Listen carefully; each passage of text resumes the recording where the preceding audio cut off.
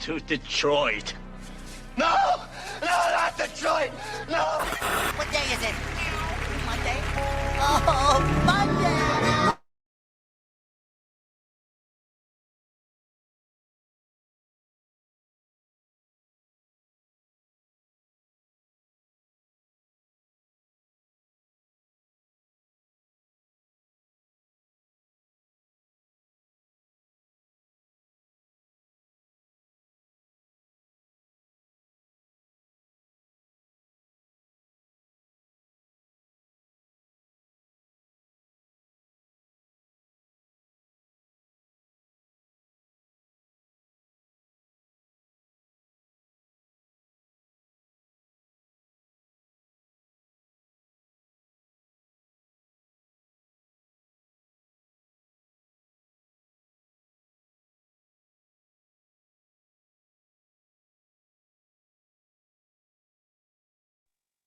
All right, hold tight, guys. We're having some connectivity issues. We appreciate your patience.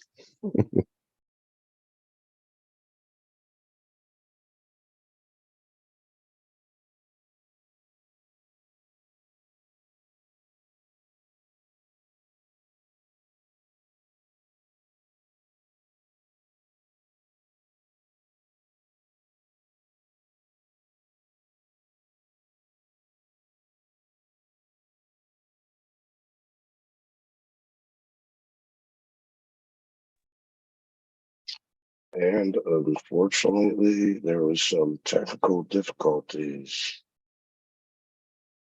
But yeah, we can start without the intro. So yeah, welcome to Medical Mondays, y'all. This is your host with the most, THC in his motherfucking bloodstream, BERG. Of course, I got my right-hand man, my compadre, my co-host with me, Erocho.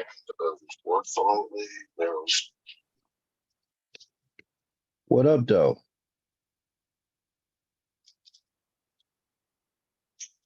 And yeah, we have some lovely people joining us here today. To remember our friend Rick, as well as talk about some others that have passed away recently. Yeah. Before we get into anything, let me give a huge shout out to everybody who helps put this awesome show on. Huge shout out to Native Made 313, Michigan Turf Farms, Drug Abduction Extracts, Tiki Madman, SLB Labs, and Tree Street Packaging. Huge shout out to them. And yeah, thank you all for joining us. Huge shout out to Ryan, Latrish, Tanya with us, Rick Antis, Latrish, Jamie Cooper, as well as some more going to be jumping on a little later. But thank you all for joining. We should also shout out the Detroit Certification Center. Oh yeah, huge shout out to Detroit Cert Center. If you need to get a hold of them, get your card renewed or get your card, yeah, hit them up 248-275-6707 or get in contact with them at DetroitSearchCenter.com or Detroit Search Center on Instagram. And there's plenty of other people who can help you get your card out there as well. Shout out to Michigan Weedsters, Pure West, Vehicle City, GC3, and many others. Man, Berg, while we're on the subject, if people wanted to get in touch with the Detroit Certification Center, they would be able to coming up. Is it this Sunday? Is it already the 24th? Is it coming? Because JSH Enterprises,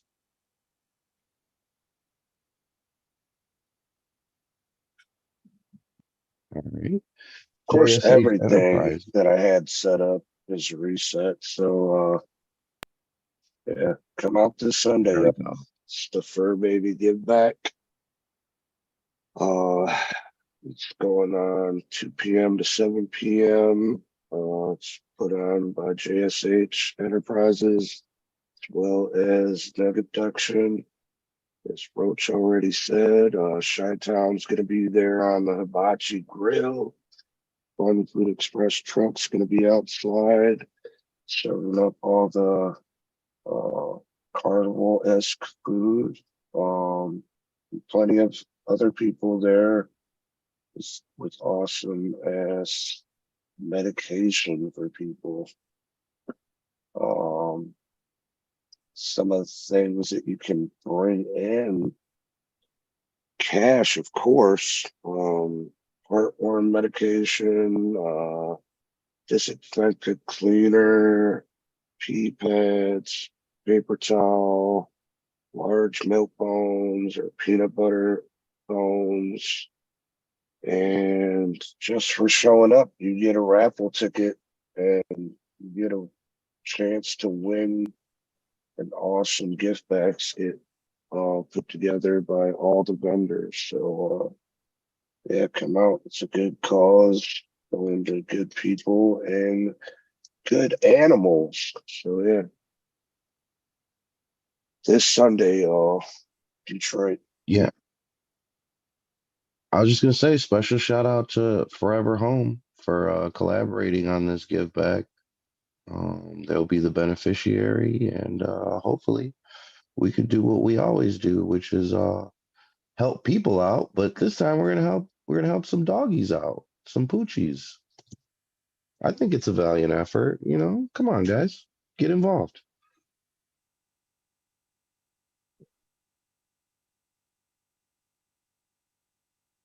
Oh, man.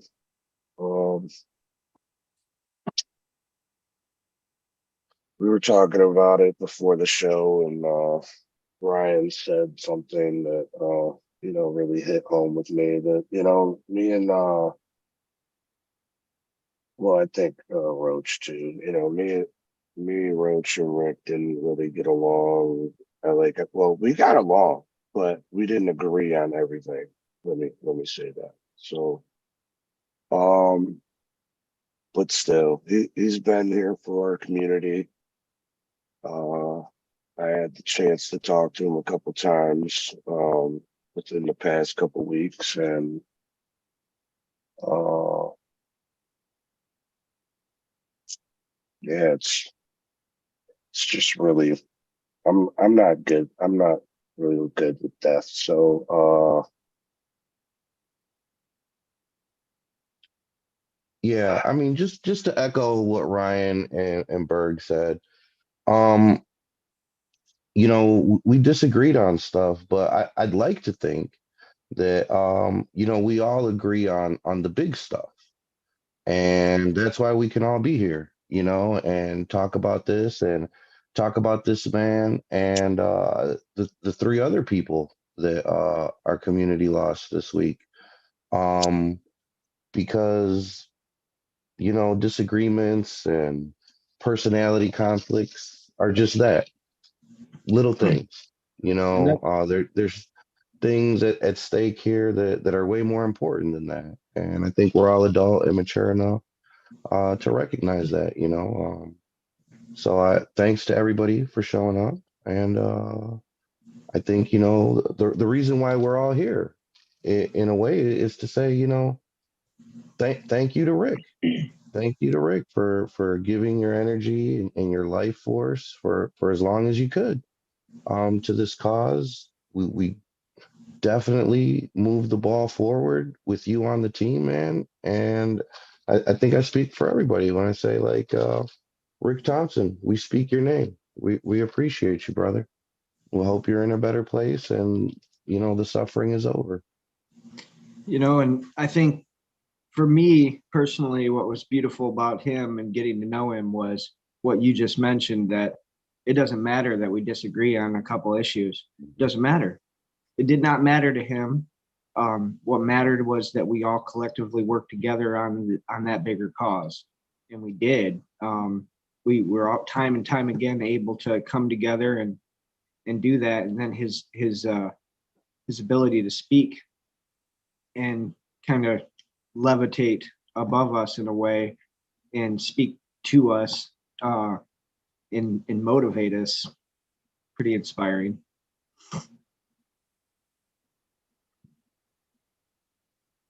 Yeah, no doubt, man. I actually met Rick on Medical Mondays when I was only a co-host. So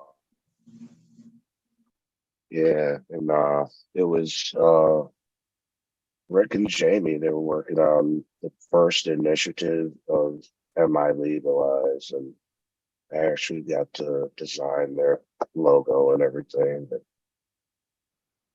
And yeah, it seems like forever ago, but just, not too long ago. So I don't know, man.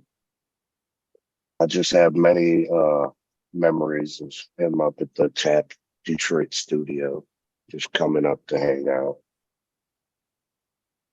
He's an awesome guy. When I had met Rick, I was taking pictures at the caregiver rally, first one that was out there after or right during 5300 and on. He walks up to me and he says, "Do you know how I got into the game?" And I was like, "No." I was like, "Exactly what you're doing." He says, "It takes somebody with their eyes wide open to walk around this place and see what's going on."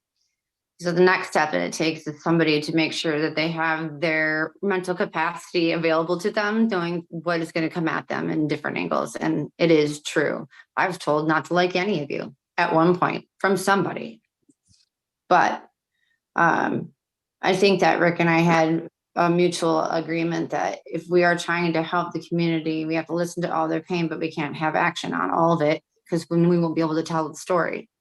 We won't be able to be a middleman or somebody in the middle to be able to speak both sides of the story. And of course, the more you start investigating and things like that, you'll be able to develop your own opinion about it. But his idea was he wanted to tell the news. He wanted everybody to hear a lot of things from different points and perspectives. And it's important to give everybody a voice, regardless if we think they're wrong or right. And that's how news works. That's how real news works. When somebody is a truth seeker, they're going to listen to both sides of the situation. They don't have to agree with it, but in the public side, that's what it looks like, because you're not ready to throw stones. But it takes patience to be able to get the right information and the right story from somebody. And a lot of times emotions get involved. And Rick was able to communicate in a way about things that I felt like were more heartfelt. He came into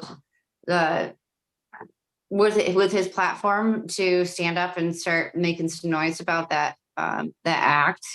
A lot of people responded so well to him, and it's literally because he has been writing the news since like 1995 or something like that. He's been in this way beforehand.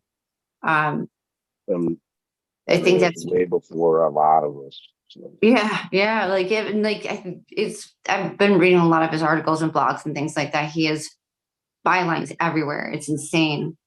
But I think it's for him. I felt like after speaking to him and being on the shows with him and things like that, and expressing to him some of the things that I've ran into and how to deal with it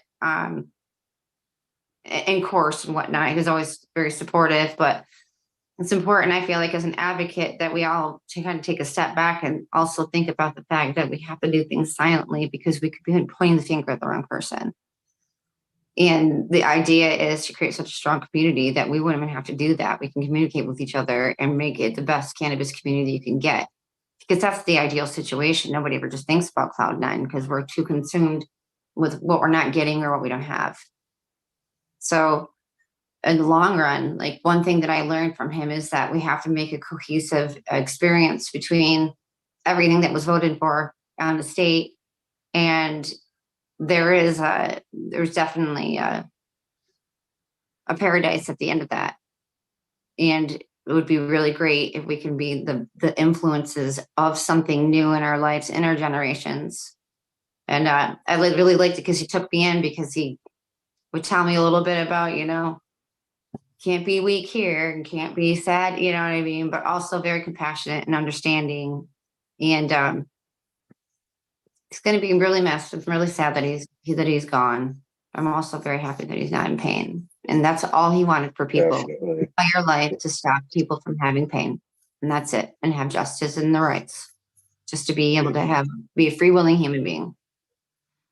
Yeah, I was gonna say that he's not suffering anymore, but plenty of people are suffering now, and many prayers and positive vibes, whatever you want to say. Much love to his family and all his friends, and much love to Jamie. Yeah, big shout out to Jamie, man. He's going out. He's hurting. He's going through it a lot. So, if you reached out to him and you haven't heard back, don't pester him. Just let him. I'm sure you'll hear back from him. But yeah, much love to Jamie Lowell, man. Yeah. And yeah, man, like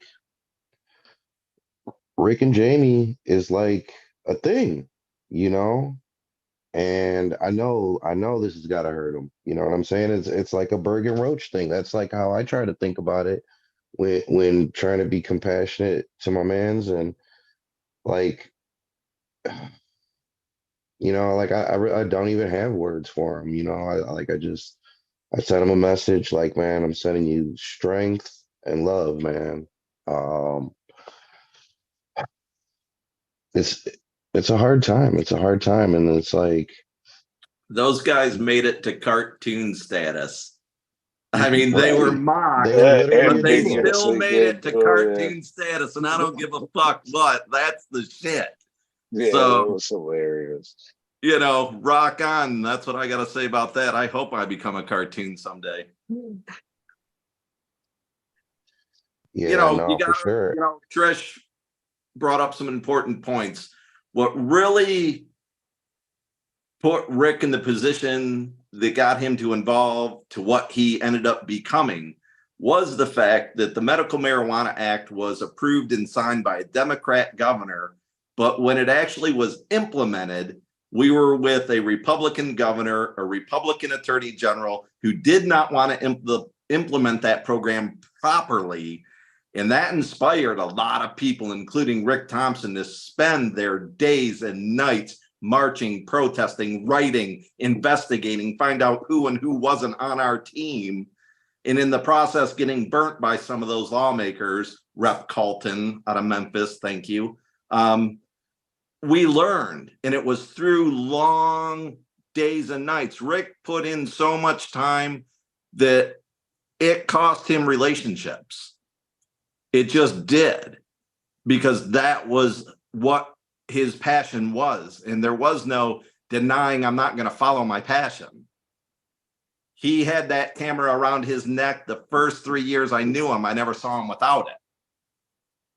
He was passionate about pictures and truth in journalism to a point that he was not going to be stopped.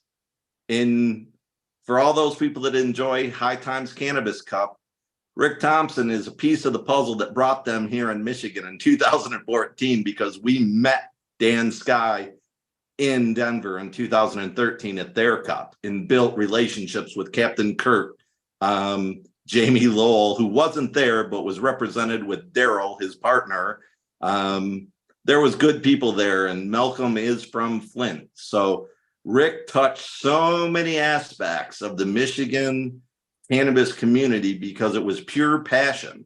Again, I didn't agree with him all the time. We saw things from different angles, but that's okay. We all wanted the same thing, and that was freedom and to be able to help our friends. And that's what we have to remember and be inspired by, because it's everybody on this panel. You all are responsible to move forward on a positive light for Michigan people to have more freedom, because that's what he did and that's what he believed in. And now it's up to you to keep moving that forward. And there is no excuse on why you're not doing it. You have to do it, or else you don't believe what he believed.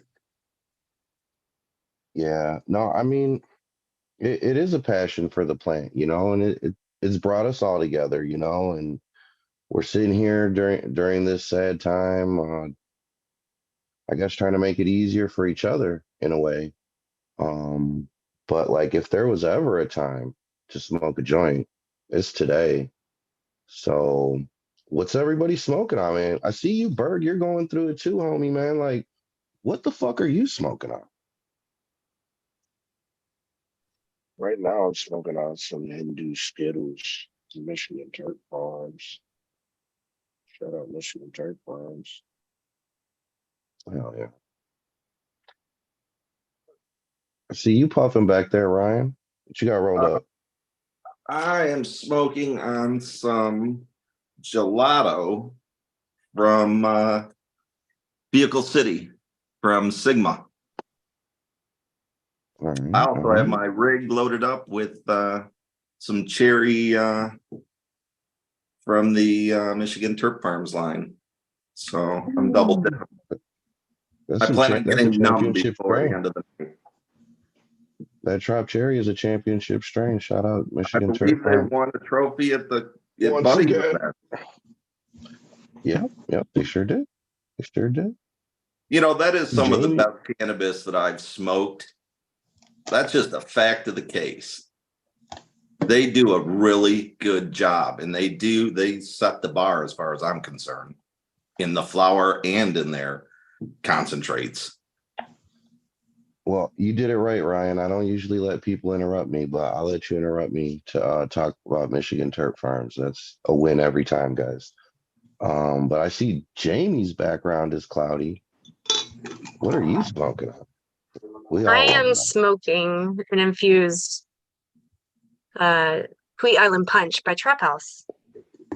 Okay. Nice. I love trying all the infused that I can find. My favorite.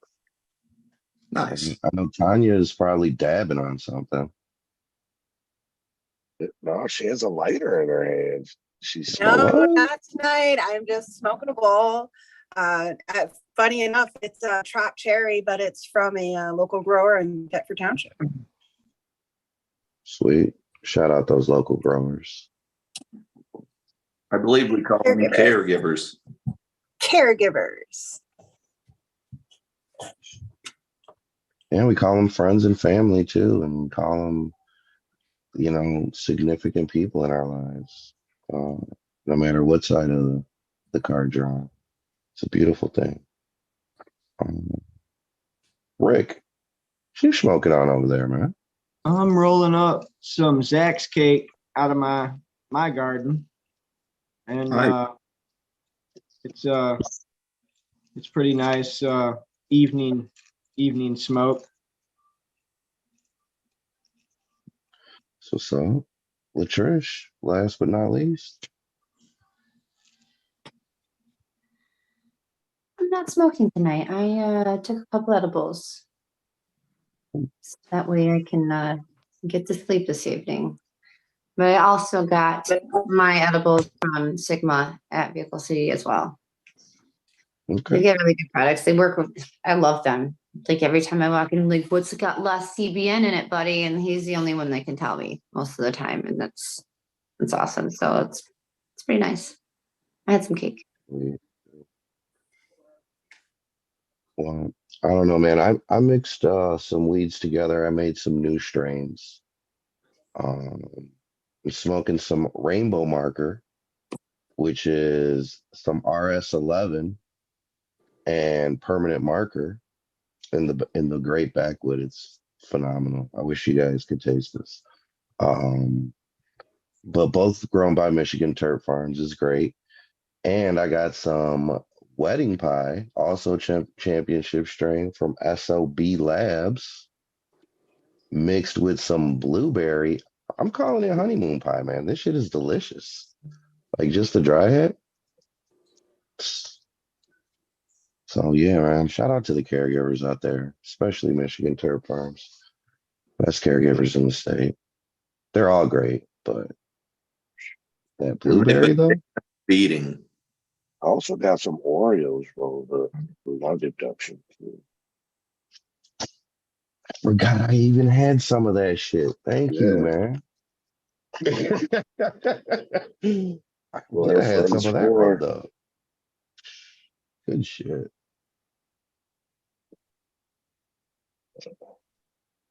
But yeah, man, I don't know. Everybody seems to have like a pretty awesome Rick encounter, Rick story, even if it was in passing. And like some people had like, even deeper relationships, just centered around this activism, centered around helping people. Friendships grow. What do you have to say about the man, Tanya? Rick and I were friends before I really started speaking out. He is actually the one who encouraged me to speak out about Anna and pediatric cannabis. He encouraged me to speak up for those who can't speak for themselves. And Anna's a perfect example of that. She can't speak for herself, but still people need to know about the benefits of cannabis for pediatric patients, for children with CP, how it can keep them off pharmaceuticals. And he just encouraged me to spread that message. And him and Anna had a very, very special bond. And I guess that's what's hard for me is it was a good connection. It was a good connection. I remember going to Marvel movies with Rick, and that was always a good time. Of course, always a joint before and after. But yeah, just carrying on him, plan on carrying on his message, and again, speak up for those that can't speak for themselves.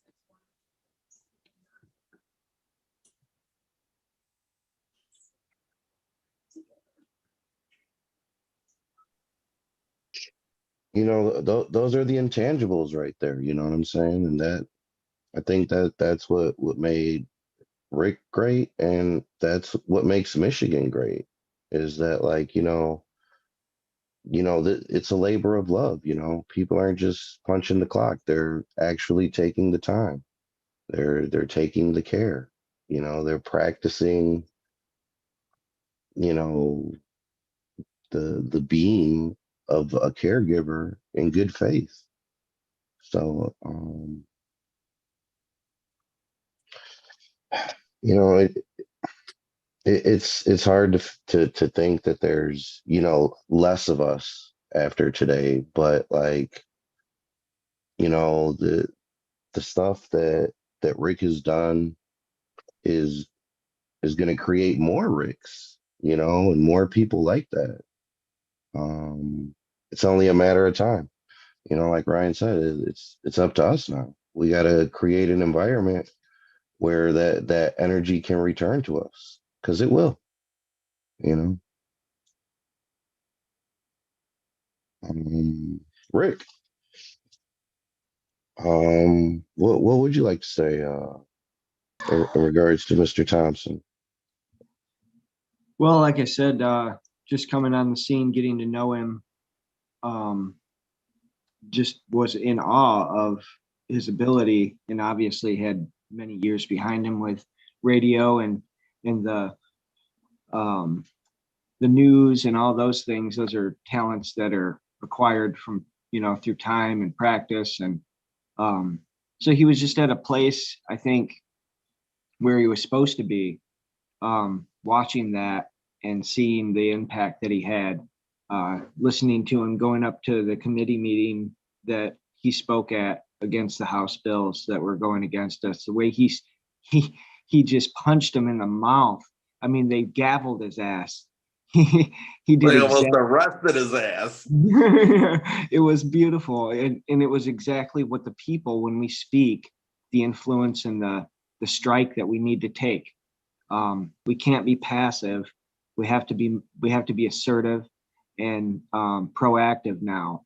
The defense play is over, I think. I mean, we need to stop with defense and get this thing in place. And that's, to honor everything that he's put forth. I think we can achieve that. We've lost a lot. We've lost Zara. We've lost Haas. We lost Carrie Justice, Brad Lemke, Rick Thompson, Danny Fuller. And let's not forget about our good friend Adam, who's missing, who I know has had ups and downs. Yeah. There's a lot of law. This needs to encourage some of our community to step up. If you have a little spark in your heart to do something like this, but you're shy or you don't feel like you have an important voice. Trust me, I myself was merely no one 3 years ago. I'm still no one, but by coming into this group and becoming part of the collective, you become one of all of us, and it's just so powerful together. So for those that are out there thinking that maybe they're scared to do something, maybe scared to step up or scared to go to a meeting or a rally, I encourage you to come out, because we welcome you. We need you. And who knows what you got to say, and who knows what influence you could have.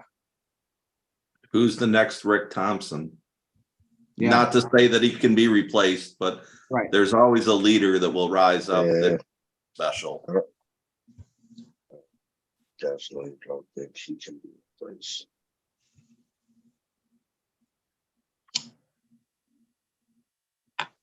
We're lucky. Michigan's unique. It created a family. Our cannabis industry or movement was a family. And some of our family have moved into retail and some have stayed in the caregiver. But as long as you're a Michigander helping other Michiganders, you're in that family, and that never changed.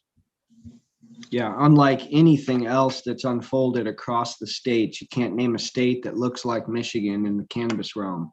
And I say that because, yeah, we have recreational and we have those things, but when you look at our rights as citizens and what we can do as citizens, and then what we can do as caregivers for one another, it's unmatched. We should be very proud of that.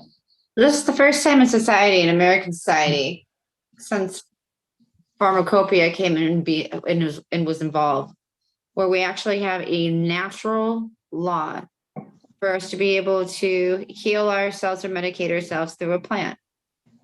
Beforehand, you still have to have licenses. It doesn't matter what kind of plant it was, whether it was ashwagandha or ginseng or any way that it's processed, it all turns out to be the same thing, plant matter, medicine that's been around for a long time. I think a lot of us are starting to fall back into the natural point of life now that we've discovered how much of the poisons and things that we have in our systems anymore and how they affect us. And of course, cannabis has been used recreationally, but way before it was recreational, it's always been medicine or a spiritual practice. And in medicine, plant medicine or plant ritualism, no matter what, it's always been something that has brought people together, which has brought a community together, one way or another. Because they bring it in with their spiritual practices is what creates a community together for them. So we're not always all singing the same tune or the same song, but for the longest time, there were not as many options available to people. So the only thing to do was to rise. And I think Rick was really working on trying to promote the idea that we are all smarter now than we have ever been. We have more resources and information to us than we've ever had. We have the ability right now to go do ourselves our own favors and go listen and then just put it out there. And that's exactly what he did. He just listened and he put it out there. And then when he didn't understand, he sat up nights and nights, just like we all do, trying to discover how to wrap our head around something to make an educated decision. Because as public voices out here, we always want to make sure that we are being obviously very neutral as possible with our opinions to make sure that we can influence people in a positive way. And I think that's what he really worked on a lot. And he always had something positive to say on a lot of sides. And I think he understood, like, we only are powerful in numbers. We are only powerful in numbers. It's the reason why he put his voice out there. It's exactly the reason why I do what I do, because we have to support each other through this. We have to. History has shown it over and over again. It took 22 years for a bottle of wine to get on a shelf that somebody made from their house after we were able to have major imports. So St. Julian wine was the most major wine you could buy at a store until, same thing with beer. You know, if we're going to go recreational and we're going to treat cannabis like alcohol, there are a lot of positive things there. There's a lot of positive things that we could work with. And who better to talk to than somebody who's been running a business a long time enough, or there's a way that we could all eat at the table. It has to be. Even Jesus said that himself. So at this point, how do we get there? There's a wall. We can do this. There has always been a wall, and that is the division between what is this and what is that. When we work together, we know what the bad is, and we just throw it out there as much as possible and support each other on the way in. And that's why he always tried to, I guess, to me, what I received from him, because you don't want to put all your eggs in one basket.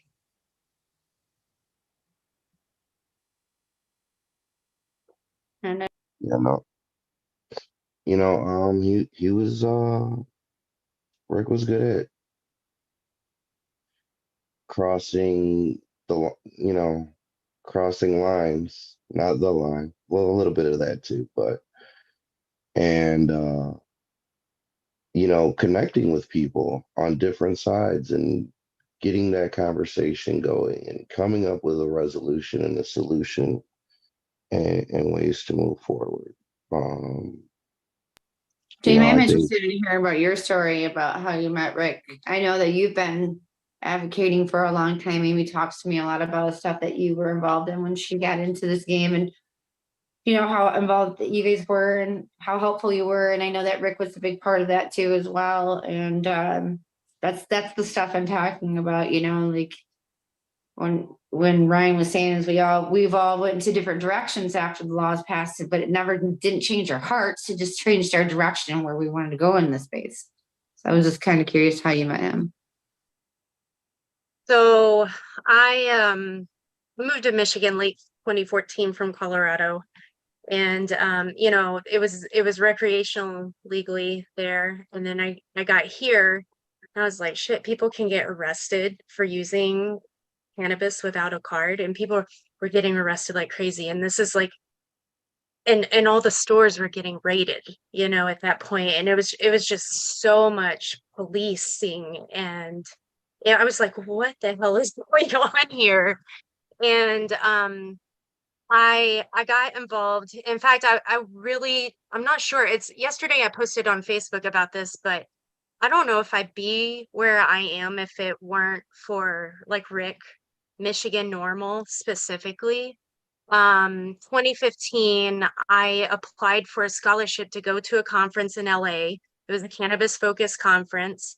And I got a scholarship through Women Grow, which was an organization for women entrepreneurs in cannabis, because I was just looking at opportunities around cannabis in Michigan. I'm like, when is this going to happen here? I knew it was going to happen here. And I connected with Michigan Normal. I, started emailing them, trying to get involved. I started doing networking events for Michigan Normal in Ottawa County, very conservative county in Michigan. And Michigan Normal sponsored me. They gave me $500. Adam was on the board, Rick was on the board, Matt Abel was on the board. They gave me $500 to go toward my hotel and airfare to get me there. And they believed in me. I came from Colorado and I was like, I want to help. How can I help? Because I have a marketing background. I come from marketing and media, and I felt like I knew how to do something on a digital level. And, I started really working with Michigan Normal. And then, we started advocating for autism. I was a part of My Legalize and really got to know Rick through that. And, he's missed so much. I knew I would cry. It's just, we needed his voice. We need his voice. He was one of the best speakers I have ever seen. That man, like, he could shut up a room. Going to some of those early MRA meetings, the CRA meetings, and his advocacy for everything, just he was that middle ground for all of us. And you're right, Trish, like he was a true journalist. Like, I came from television news, and I was reading his journalism on cannabis, and I just knew he and I would connect, and we did. And I appreciate him so much, and our industry lost a really amazing guy. 100%. I agree.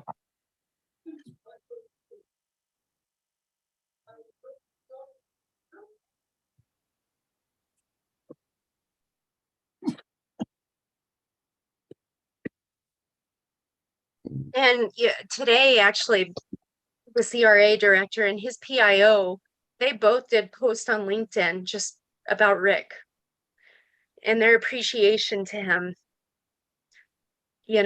and him always just being an advocate. Like, just in social media today, every single post I felt like on my feed was about Rick. And that just really shows the impact that one person made.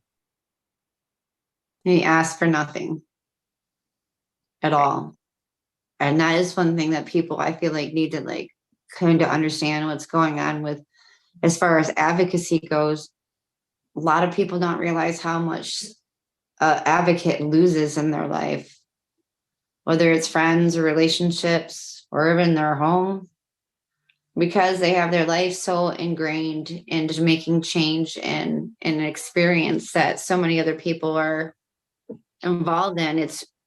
It can get you. It definitely can.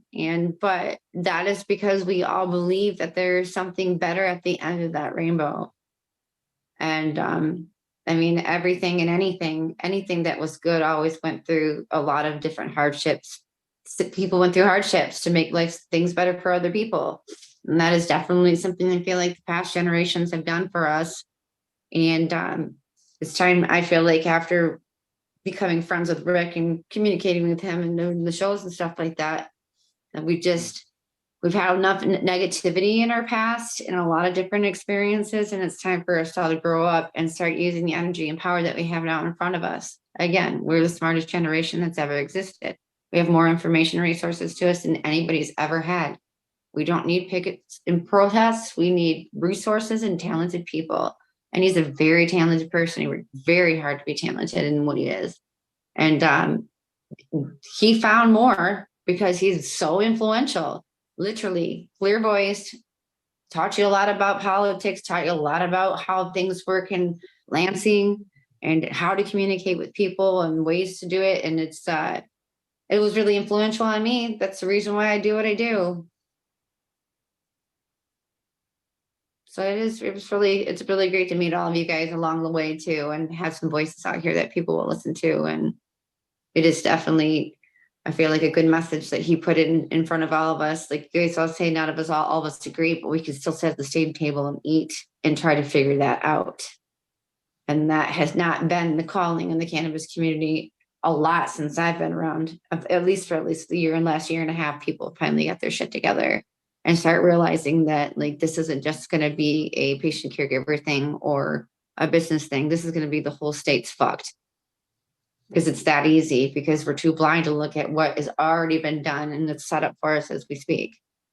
We got to learn to knock it down and communicate with each other, be a great team. And I think it's doable. I mean, it's the reason why I think I'm Kevin got involved. Everybody's like, you're fucking crazy to get involved in that shit. Crazy. People are assholes. No one's going to communicate with you. You're going to get harassed all the time. People are trying to make you feel like shit. It's like, Yeah, I wish Dan Brooke was here to tell you guys all about that. just listen, man. That's all you got to do. The right ones to speak. You'll hear them. If you're a good person, you have good intentions here, you'll hear the right people. But you don't have to sit around and convince everybody else about that. And that's the reason why it's important to make sure that you keep your strategy tight, people close, the ones that might have something to say about it, informed.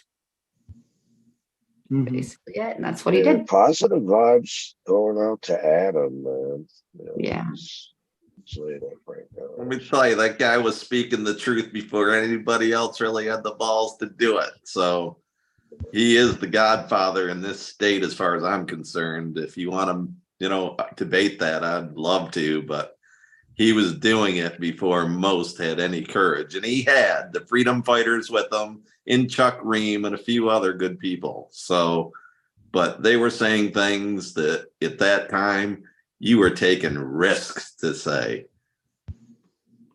So Adam Brooke, whatever's happening, man, I hope nothing but good things for you. And you cannot go visit our friends quite yet. So get your ass home.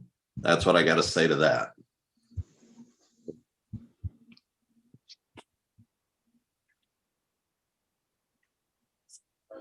Yeah, no, Adam's resilient. I'm sure he'll be back in the fray in no time. For sure.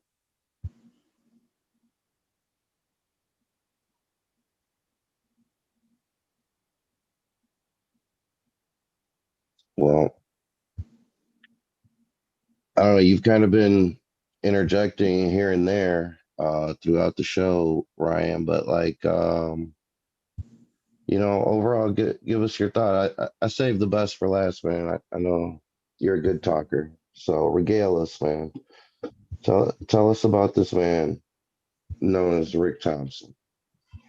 I only saw pieces of Rick over a long period of time. We did a lot together in the radio. I met him in 2011, and we were doing live real radio here in Detroit on iHeartRadio on Saturdays, and it was cool. We were really coming into the medical program, and things had started coming together. Caregivers were organized, cards were out, people were embracing and utilizing the program. But like I said, the key at that point is we had Bill Schuette is the Attorney General, who was not interested in letting this program be implemented the way it was designed to and the way the law actually was written. And that's when the magic happened. I mean, all of a sudden, this is when Rick Thompson really was like, this isn't right. This just isn't right. We voted on these rules and we won. And you're telling us we can't have what we won? And that wasn't acceptable to him. And that's where that passion came from. And it was through Rick that many, many connections were made.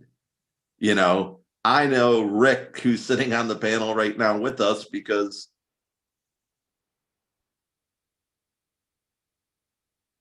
are we still going? I know Rick because, okay, sorry, that threw me. Because Rick made that connection. This man was able to connect people together and form a community. And he did it over a long period of time. Like I said, I traveled into Colorado with him to do live radio. And that's when we met Dan Sky, Malcolm McKinnon from High Times. And it was Rick's journalism that Dan felt that bond because Dan was a journalist, and they spent that whole weekend just talking and laughing and smoking. And that brought High Times here quicker, if not anything else, than it would have normally, because they had come before in Detroit and had a bad experience. But with building connections with Rick Thompson and Captain Kirk and a few others that were out there, again, Daryl, you know, Dan was willing to come out to the Clio area and give it a try, and he loved it. And it was a great event, and it turned into a really fun experience that they were doing twice a year. Rick made connections with people. That was his magic, is he would put people together that he thought could make moves, and then he would step back and let those things happen. And he was a good person. And what we've all talked about is his cannabis side, but I do want to take a minute to say that I saw a post from his daughter today. And, you know, it was a few paragraphs, but at the end of the day, she was saying he was all these things to all of us, but it was just her dad. And that was upsetting, because we're not going to feel what his family feels. And I feel really bad for them, because my loss of Rick Thompson isn't what their loss is. So, you know, I appreciate that I got to know him. I love that I got to have a lot of fun with him, because we did do the Colorado thing. We did a lot of things with Michigan Normal. He was at every single bridge walk, every single one of them, except for this year, of course. And, you know, the adventures that we had were fun. He was fun. Like I said, I didn't agree with him a lot. We fought over things. He didn't like the fact that I came on your show and called out Robin Schneider. He didn't like that. He didn't like that I called out the Sparrows. He didn't like that. And he was okay with telling me he didn't like it. But I was okay to tell him why I did it and why I thought it was needed. And we could still be friends when it was done. And that's common respect. And Rick would give people respect. And that's, you know, that's a good thing. That's why people like him. That's why people dealt with him. You know, a lot of people were always giving me a hard time because I was friends with Rick and Jamie. And I said, I've known those guys over 10 years. I've been involved a long time before they were even around. I was around. But what I can tell you is I haven't seen them do anything that would make me not be their friend. They worked very hard to get where they are. They made sacrifices with their families, with their personal relationships. You can't go, and you guys know this, Roach, you know this. You can't go to every cannabis event without sacrificing some family time. And they went to every event. They went to the fun ones. They went to the law ones. They went to the work ones. You know, Rick was out giving food during Corona every Sunday on the weekends, free food in Flint. That had nothing to do with cannabis. That was just Rick Thompson doing Rick Thompson shit. That comes with sacrifices in your personal life. So for me to sum up the man is impossible.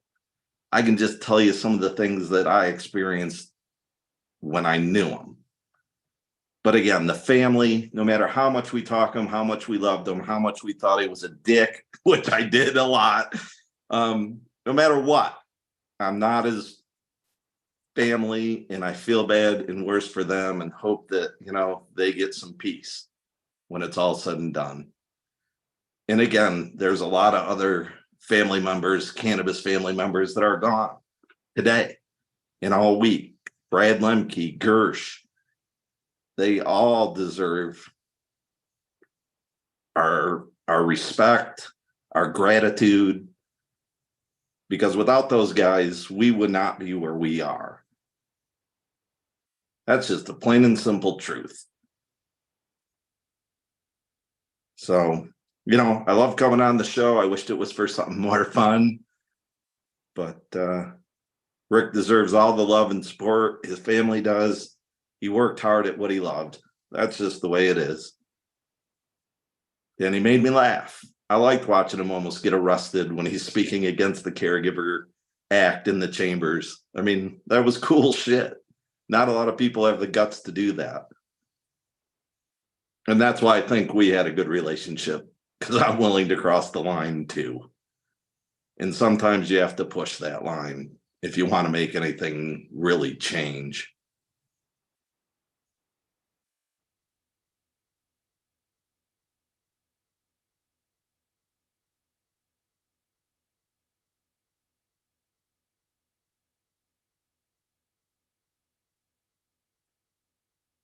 Like I said, you'd have more people popping in. Chelsea's joining us.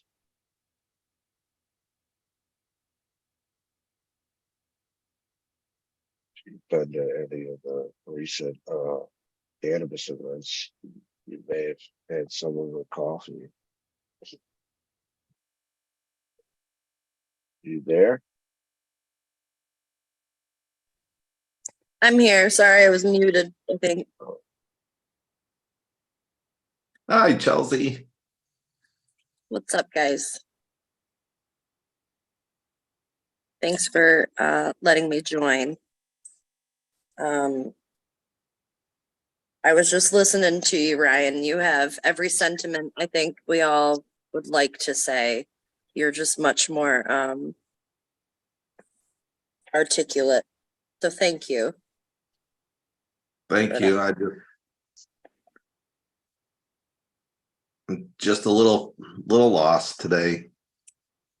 So try to speak from the heart, tell the truth. Everything else works itself out. That's what Rick Thompson taught me. Mm-hmm.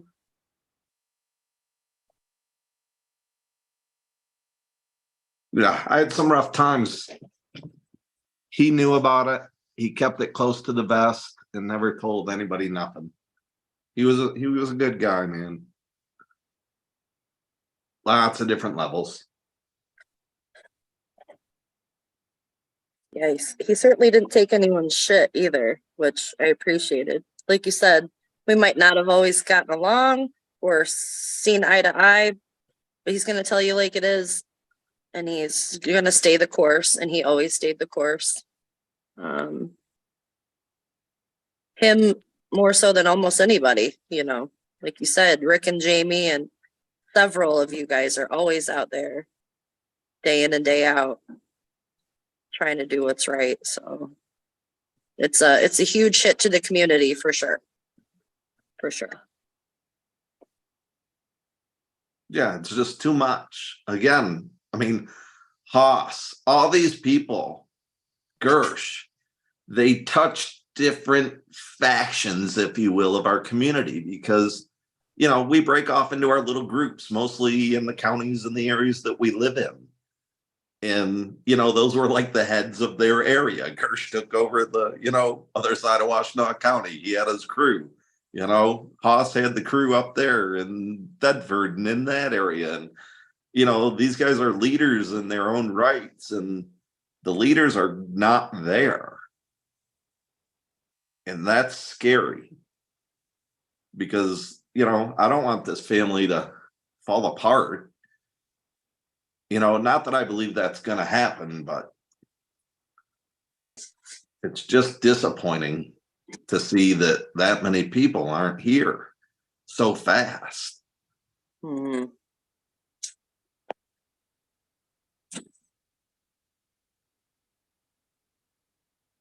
Yeah, I I mean, just want to say thanks to the ladies for joining us. They're gone now, but we appreciate you coming on and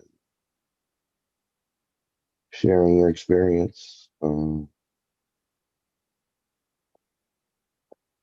wanted to ask Latrish about, well, I didn't want to ask her, I kind of know, but wanted her to talk a little bit about the rally coming up. I mean, it's definitely not going to be the same without Rick there. 1000%. Yeah. So, yeah, September 28th. It's going to be this Thursday, high noon to 4:20. Um, this one's going to be kind of crazy. I don't know how much different it's going to be, but it seems like it's going to be a little bit different this time. There's a lot more vendors and people out there. I think there's more space this year. Food trucks, vendors, entertainment. Um, it seems like that's what happens at these things, but this one seems different somehow. Oh, you know what it makes it different? They're having like a some kind of competition, right? Isn't there a Harvest Rally Cup or something going on? Yeah, Harvest Rally Cup. See, things just keep getting bigger and better, man.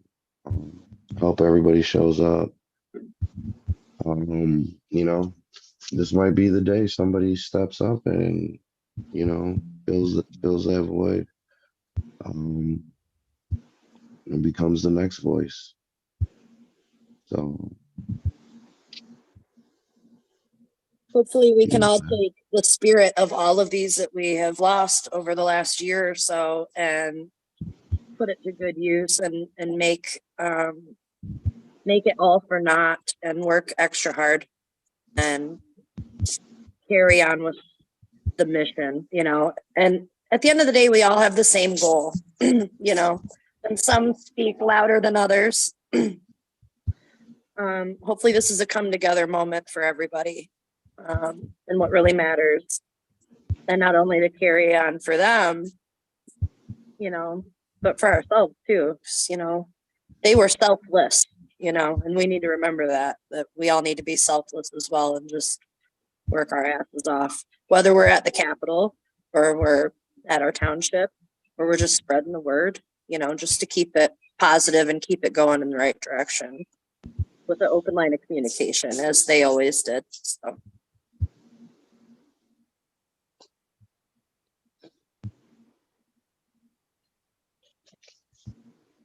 for sure.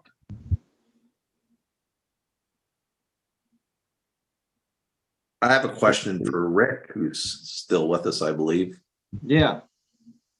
How did you meet Rick Thompson? Honestly, he approached me. He noticed me coming up to the Capitol, and to those committee meetings and things, and put his eyes on me and said, I have to meet Ryan Bringle." So I said, well, all right, well, I guess we shall meet. And that's really how that started. He spotted me, and like you guys have said in some of these stories tonight, that he was very observant, and he's very good at, sometimes when you go to the Capitol and when you go to places, you get excited and you kind of lose yourself a little bit, but he never did. He knew how to keep that in enough to observe things. And yeah, he probably saw the fire in my eye and things. And he approached me, and I was kind of taken back by it. So, and I actually had to do my research a little bit, you know, because I was new to this. I'm like, okay, I'm going to merge myself into this, whatever the hell this is. I'm not political. Right. Let's do it. And, you know, I was like, okay, wow, this guy's a voice. And then Ryan, a voice, been a professional voice, been an advocate voice, been on at the Hill and at the Capitol speaking, Hashbash speaking, getting to know and understand Adam Brook and his legacy. What an honor. I mean, this whole community has been an honor to get to meet so many people and do this together. He directed me to you right after that first rally. That's funny. I didn't know what you were going to say, to be honest, just for the record. But he directed me to you in the same way. He's like, you got to make sure you meet Rick. And I'm like, who? He's like, he'll be there. He's going to be there. Just make sure you go and introduce yourself. And I'm thinking, well, why don't you just introduce me, dude? What the fuck? You're talking in like weirdo code, you know what I mean? But that's what he did. He made connections with people around. It was just, that's what he did. He put people together to see what they would accomplish. Yeah. Yeah, and it was very unique seeing that play out. You know, some people have that knack, and they're able to see those things and put a couple people together that may not necessarily have ever had any connection, but Right. now that they do, this thing happens. And that's what's beautiful about our community is we're accepting to those things. We have the open mind to think like that too, which makes us dangerous and different than Right. anything else and anybody else. Alcoholics can't do this. They cannot think on a cognitive level that cannabis users can. And I say that truthfully. I think Right. alcohol inhibits your brain activity, its abilities. And I think cannabis enhances it in many different ways. It gives you great abilities to think. I would tend to believe that alcohol would make you more serious or less dedicated to follow through, where cannabis inspires you to do the follow through. Yeah. That would be my opinion. Yeah. So I agree. Yeah, definitely. Yeah, man. I mean, the community again is definitely affected, and we talked about Rick this whole show, but again, losing Gersh, losing Danny Fuller, losing Haas and Kerry Justice, and and Zara a year ago, and it's just holy shit, man. These are people I've known for a good long time now that we're doing work beyond my capabilities, and they're not here, which means we need everybody to step their game up if you want to continue this experiment of cannabis freedom. And controlling it is Michiganders. Mhm. That's the real key to this whole thing is we created it, we voted on it, we should be controlling it. And we do have the ability to do so. And I think I think we've gained some head of steam at the rally now, and this rally coming up is gaining a little bit more momentum. I think there's a lot more vibration on it. And I think bringing that element of a competition, so to speak, and that essence that we all enjoy about who's growing good medicine and who's practicing well in the business and in the industry and in the community, bringing something like that to the Capitol steps as a part of this is a new vibration. And I think that brings more people and more interest. And hopefully more voices. And again, that's, let's give credit to Judge Strains and his group, because they are heading that up and approach the Weedsters. That was his idea to do that. And, it's the collaboration that has always brought us forward. And, new relationships are going to bring a lot more new opportunity. And I'm excited for the future because of that. Well, and Judge Strange too, like I'd like to add I've been a judge on his panel now a few times, and he's slowly getting this program tuned in to be able to do these judging packs a lot better than all the physical paperwork that we're all pretty fluent to. We got to write it all out and this form and all that. He's got it on the computer or on the phone and in an app, and each thing is really fluent. And cannabis has needed that. I mean, all the way back to the high times. I don't know how that's done, but I'm sure pretty much pen and paper kind of. Yeah. Oh, yes. So, him creating this platform for judging in that manner is really good for the judges, and I think it's more fluent for competitions too. Hey, Yeah, Free the Weed is in here. Are you shitting me? Shout out to Rich, just joined us. You're still muted right now.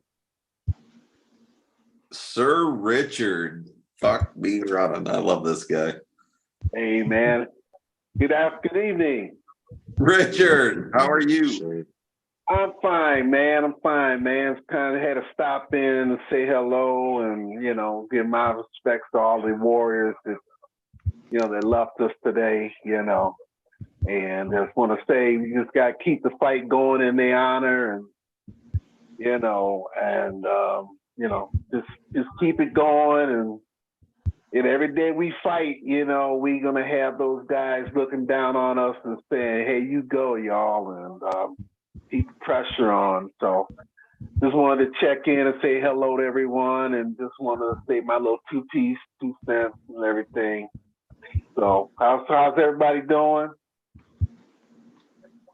Good. Okay. Richard, Yeah. you gonna come out on the 28th? You gonna be at the Capitol?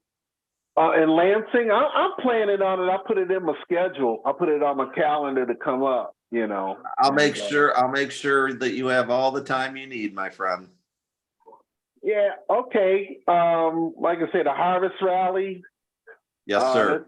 That's on a Thursday, right? Yes, sir. Oh yeah. And you know that the House and the Senate's in on them days too. So, yeah, definitely be there and make a noise and just keep we just got to keep staying on these guys and make sure that we do the right thing in 2024 and make sure we elect all pot lovers and make sure no pot hater ever gets elected at the local, state, and the federal levels. We done fought too hard, fought so long to let a bunch of I'll be clean, a bunch of knuckleheads, mess everything up. Go ahead. Go ahead, man. We don't need no screw ups coming up in there, And make sure who's ever running for office, you want to check their pot record, check their pot past, and don't believe any bullshit because all of a sudden, oh, we love no. We remember your history, remember your history, catch the bullshit at the blue line, crush it. So wanted to drop in. I didn't go outside and get clemented yet, but Hell yeah. Oh yeah, man. So yeah, that's a term. Was it Medical Mondays? We call it getting. Yeah, I can't smoke in the house. I don't smoke in the house here, but Adam has little hat pins made of. Yeah, I got my hat. We don't get $1 from that. Just letting everybody know. So yeah, Rich, man, we're out here. Everybody's kind of sharing a little bit of their experience, how they met, or the kind of things that they got into. We still haven't heard from Chelsea, but what's your story, man? Well, I'm retired, man, and just trying to enjoy life. I'm a football and enjoy things. Me and the fiance kicking it, man, and me and the reps still talk a lot. Me and the reps still talk a lot, and she sent her condolences too, because she's been a warrior, man. She's been a warrior. I talked to the city council president of Detroit. She gave me a free to weed blowout shout out.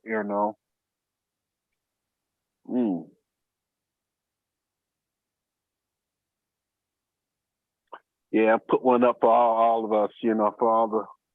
Got no Gersh. I mean, Gersh was. I tell you about Gersh Avery. He came. Yeah, he came with me. Yeah, speak on it, man.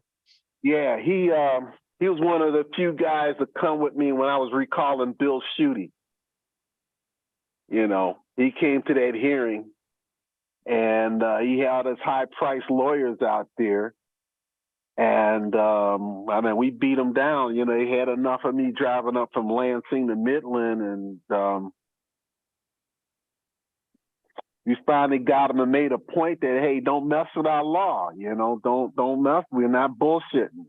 We fought too hard to let you come in there with this, with your righteous bullshit talking about, it's a bad law, but actually it was a great law because it stopped assholes like him from messing over people like us. Word. Yeah, peanut butter, man. I mean, he's an old school warrior, you know. Right. He's making his RSO before anybody really knew what it was here. Right. He knew he was making the peanut the oil long before anybody else even dreamed about it. Okay. Everybody's calling him crazy. He was kicking it out left and right.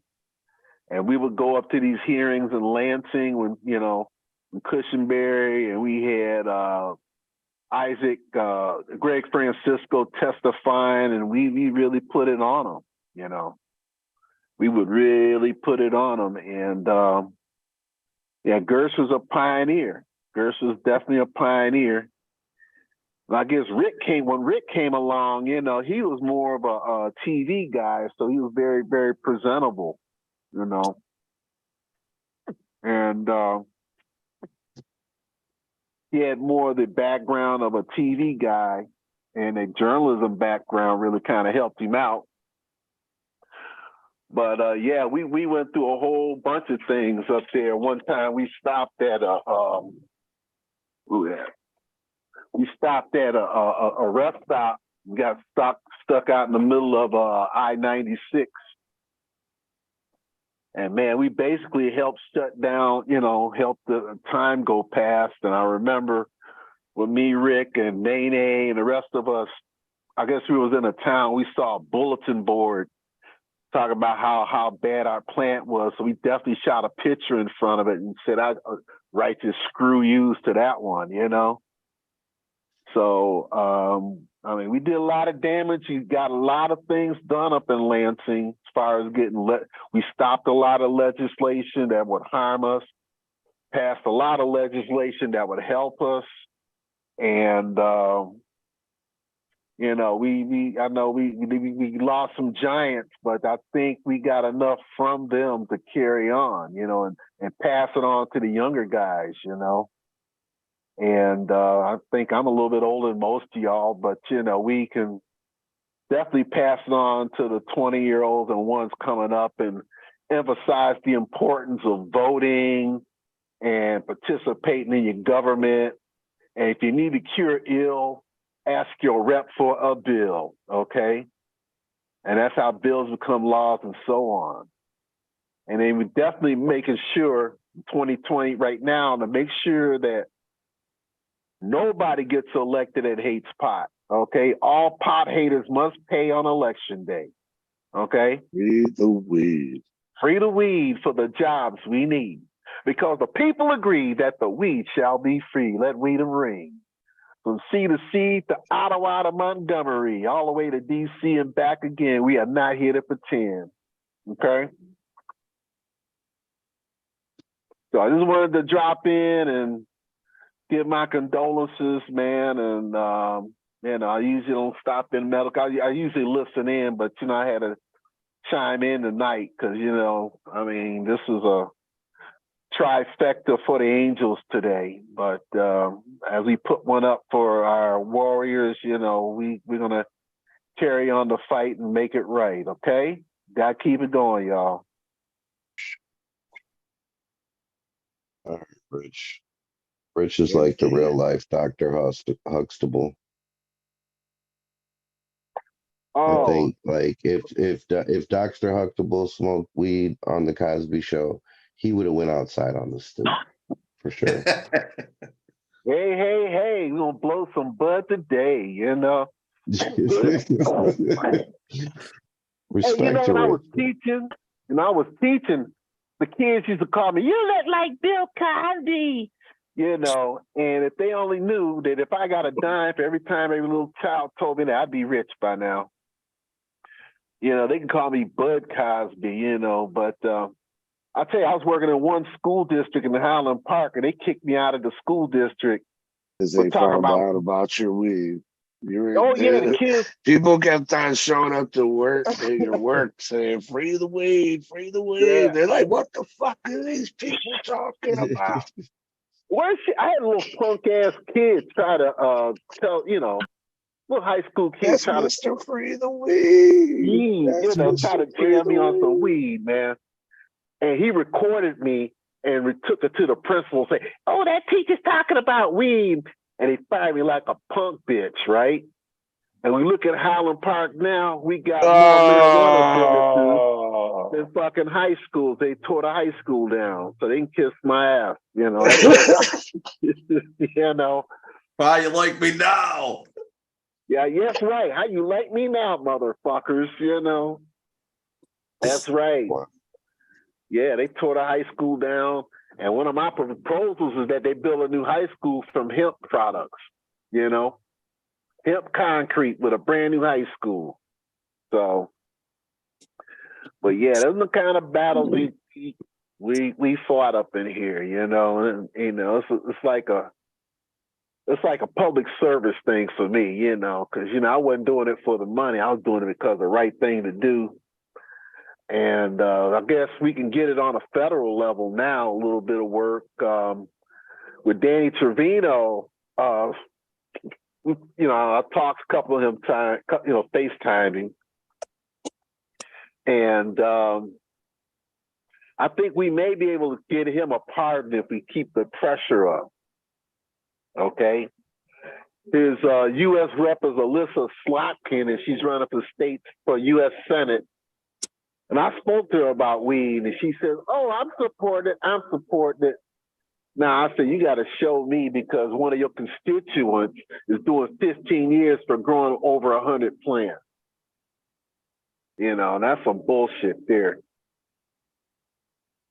So, you know, Danny moved up better security now. He's got a nicer place to stay now. But, you know, I think we can bust him out for a pardon, you know, by next year, by this year, hopefully. But mostly by next, especially in the middle of an election, you know, we can bust him out and just start. I mean, I've been go to the president's website at whitehouse.gov/contacts and just start sending in messages.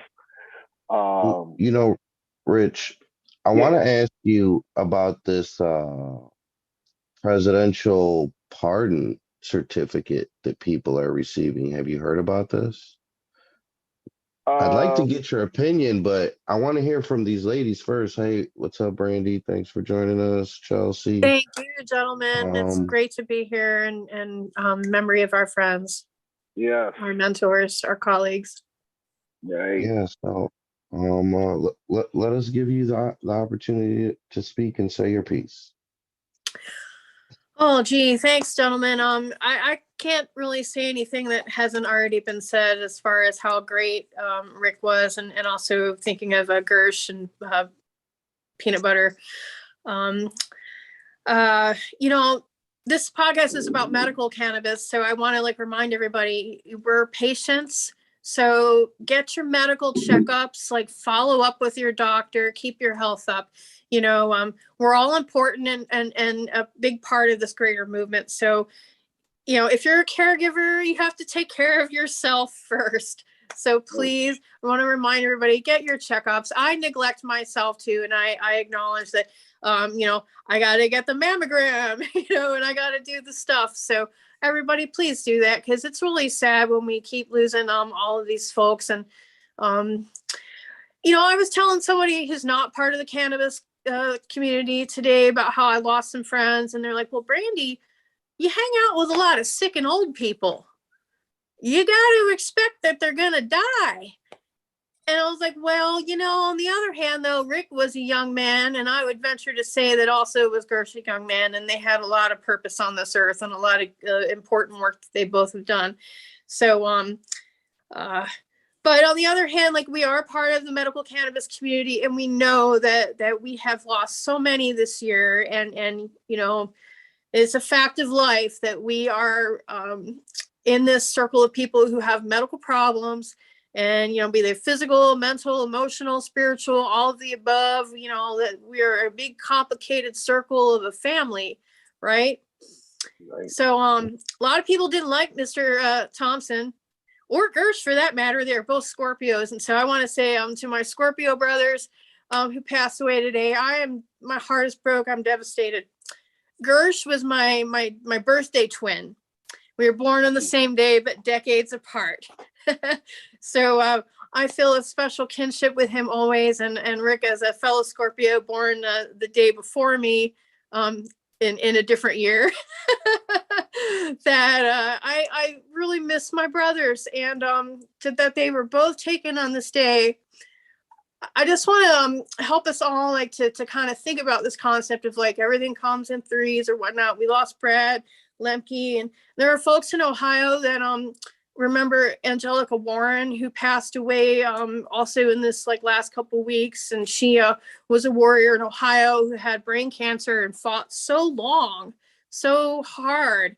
And cannabis was her medicine, and she helped bring that reality to Ohio. Now, I moved here from Ohio, and I started my journey in Michigan around 2008, 2009. And that is when I met Rick Thompson and Gersh and many of the other, what I would call OGs of Michigan's cannabis movement. So let's give great thanks to Michigan NORML and for all the work that they have done to allow the city by city and then statewide. I want to recognize this whole community that Rick Thompson,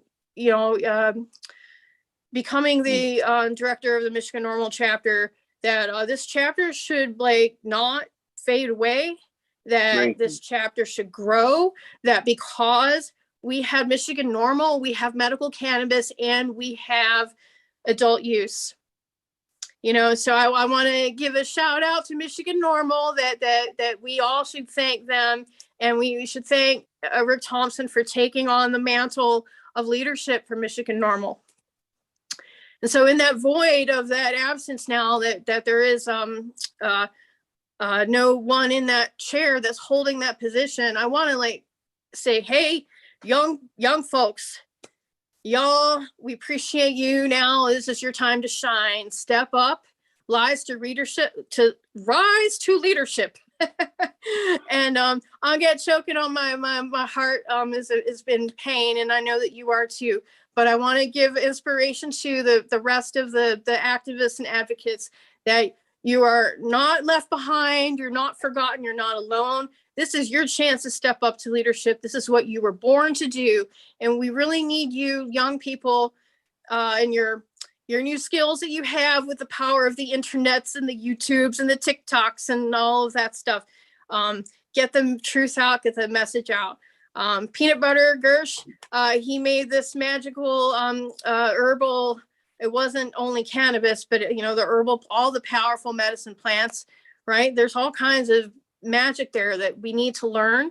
We need to know and understand how your body works with cannabis and your endocannabinoid system, and with all the plants that we can help heal.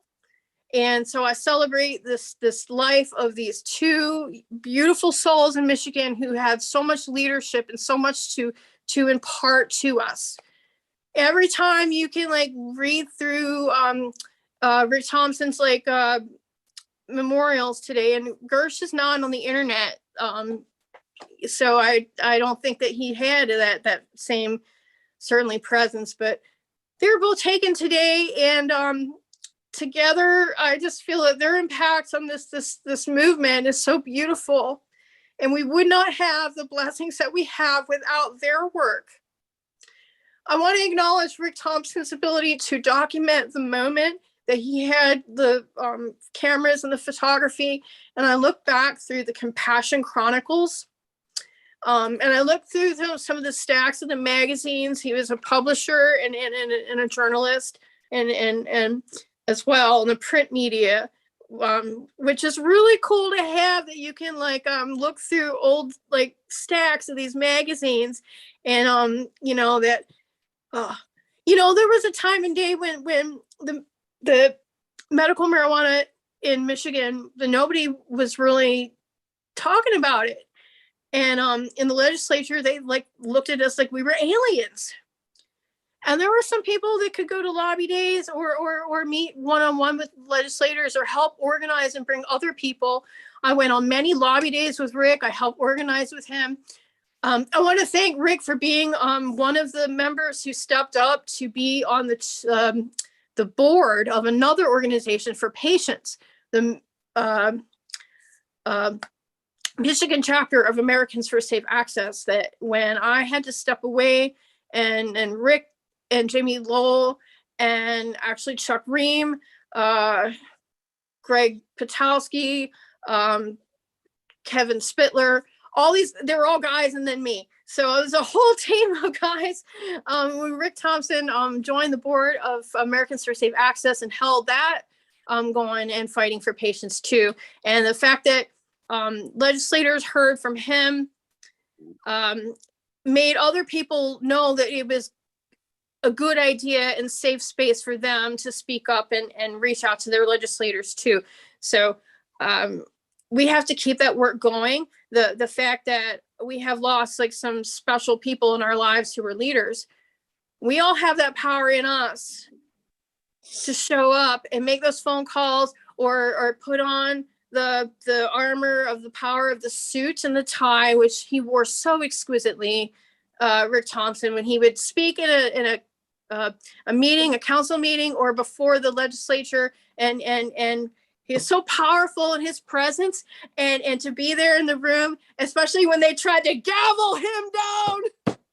Yeah. Mr. Yeah, Thompson, fuck that you know, shit. the last time I saw Rick in testimony too was for 5512, and then the anti-caregiver packages, and sitting behind him, and how that sleazy guy who had all these pictures of the plans that he lined up, Steve Linder, Right. yeah, Apple. and the whole dog and pony show. He's got a bag of swag and a bag of, like, you know, all the, and he had all the accoutrement. And I sat like in the same front row, Sunshine Daisy was there with her little granddaughter, and I was there with Cass and Dawn and all of these folks that were there. And Susan told her story about how cancer was affecting her and how medical marijuana saved her life. And Rick was there with her, holding her up. And he gave his testimony. And, you know, they tried to fucking shut the whole thing down because they gave all of the time to the fucking lobbyists. And then Rick was really one of the only people who was like, hey, y'all assholes, in the most like respectful way. So I'm mad that he was taken from us, but I want you all to be mad as hell, but articulate and polished like he was. and like, let's let our voices be heard. I'm sorry I've rambled on, but I'm grateful for that, because I'm just overwhelmed with loss, and we all are. And I want you to remember why you're here. We're a movement. And I thank all of you, because now they can rest, because, you know, boss, I'm tired. I need the new people to show up too. I'm tired of saying goodbye to my elders. I'm in that middle generation where I'm not quite ready to go yet, you know, but I'm not a spring chicken either. And I'm just so sad to see all my friends leave, who are my elders, and I just appreciate y'all now. I want to say I love you. Free the weed. Rick Clement, I want to say I love you, Stephen Thompson. Love you. I want to say I love Matt Evil, and he's still here, but you know, all the like normal, you know, big hugs to all of the leadership and normal over the years. Happy birthday to Christine Landino. Oh yeah. Happy birthday to Brad in heaven. I'm sure I'm forgetting lots of people, but I love you, Carol. Our mama, Lady Liberty. Mm-hmm. And I just send so much love and hugs. Jamie Lowell, I want to give love and hugs to you. All the years that we watched you and your friendship and your allyship and your powerful team that you had with Rick through the Jazz Cabbage. So beloved moments that we'll always share. So thank you. Thank you, Jamie Lowell. Love to you. Love to all of you people on the internet. Love so you back. for Gershon and for Rick Thompson, we love you. We bless you. Thank you. Okay. Beautiful. And take a bong hit. Bog it. Oh yeah. Hey.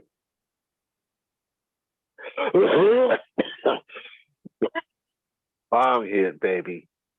All right. Bong hit to the ancestors. So, Roach, Bong. you asked Rich Marvin. if he heard about this certificate of pardon. Oh, that was a question about the certificate of pardon and Biden, President Biden, and what's going on. Because I can give some updates about the federal stuff too. I just got lost in the weeds.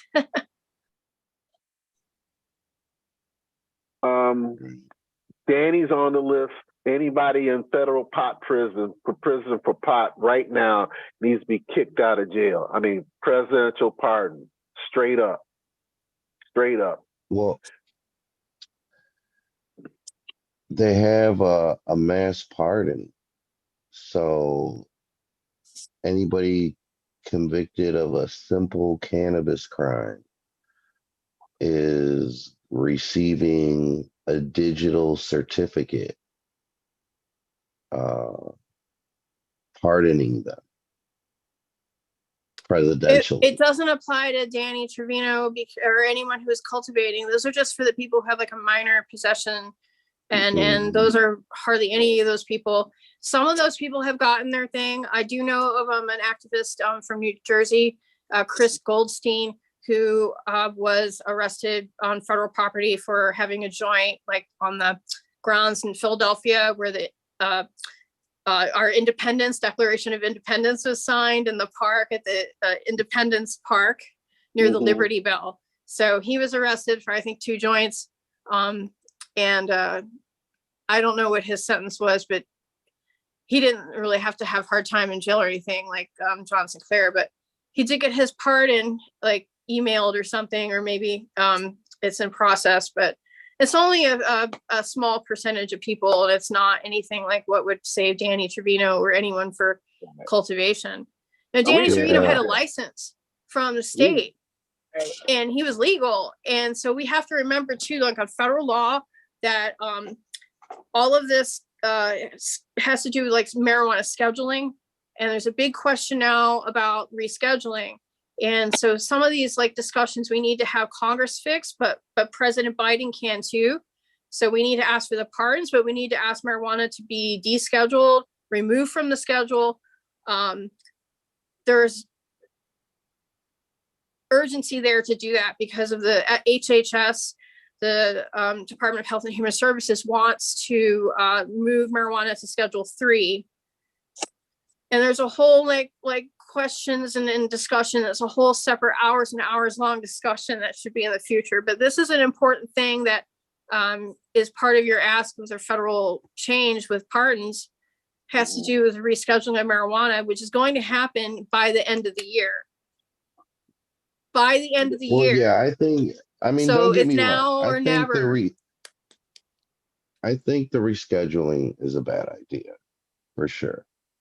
But just in the conversation now, you know, Rich leads off with, you know, everybody in federal prison and all of these other truths, which, you know, are undeniable. I totally agree with you too, Rich. You know, everybody in federal prison should be out. Trevino should be out here. You know, I get it. But this is, you know, like possibly, you know, the opposite of what usually happens, where it is a big case and it's somebody who's in the public eye, you know, whether by choice or consequence. And there's like, you know, this level of importance assigned to their particular situation when there's thousands of people that are fucked up over some cannabis. To what degree, you know, doesn't really matter. But here's the thing, like, you know, people like applying for jobs, people trying to just live their life. Your everyday person, you're nobody.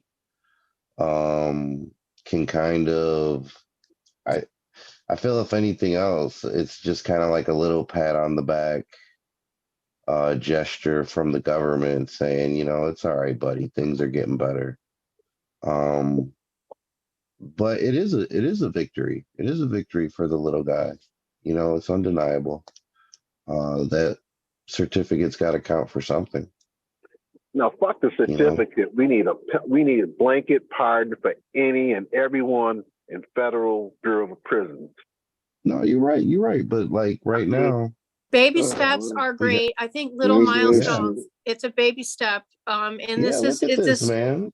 it's because Okay. of the You don't work want of our what? movement that they take these baby steps too. You So I don't think want that we what? should celebrate this little I, baby I step. want one, Roach. That's I a want first Yeah, down. I'm saying. It's a I first That's down. I pretty want a cool. touchdown. Congratulations, right there. Who's that? Kevin. But that's a first down. I need a touchdown. Okay, I need the big ball. And is 38 states that are already have marijuana book in their laws books right now. 38 states. Add a new amendment to the Constitution. You need 38 states, okay, to amend the United States Constitution. And the best way we can get these pardons is right now. Next year is a political year, an election year, okay? You got to use your leverage. We're going to use our leverage, okay? And these guys looking to get reelected say they got to come with it, especially at the federal level. And, you know, look at your previous president pardoned a whole bunch of fucking hoodlums, okay? Walked them. And so now this president can do better. I want to pardon anybody. Like Danny Trevino should be owning a business right by now, okay? He should be first in line for a medical license.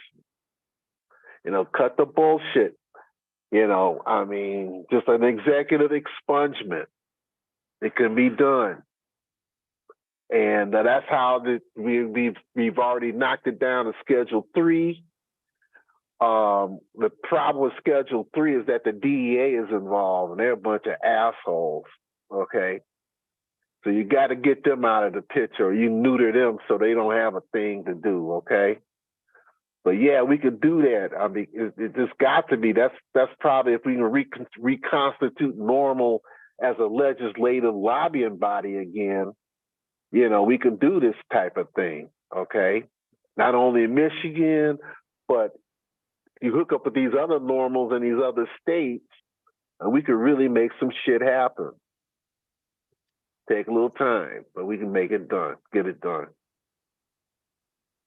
So I don't know if you want to reflect on that, but that's what No, got. I mean, once again, right? Like, I hear you, man. I agree with you totally. But like, if it's not these big name people, it's somebody that lives 2 blocks away from you. It's somebody that lives in your zip code.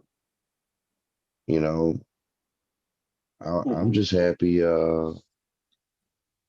It's anybody. Anybody's getting a break. That's a step forward. Absolutely, baby steps too. So I think that we have made incredible progress. Michigan has been such a leader in doing it by city, and the change in the conversation now for a lot of federal legislators that I've talked to. I've been to Washington last May and met with dozens and dozens of senators and also congresspeople, and from multiple states and both parties. Everyone wanted to talk about the rescheduling when we brought it up and descheduling. And so we tried to educate them on the options that were coming out from the Congressional Research Service, CRS, that you had 3 options that Congress people could choose from. Ideally, that we want them is to remove it from the schedule. What is political reality and what is possible as far as we're talking about like baby steps and to celebrate those little baby steps?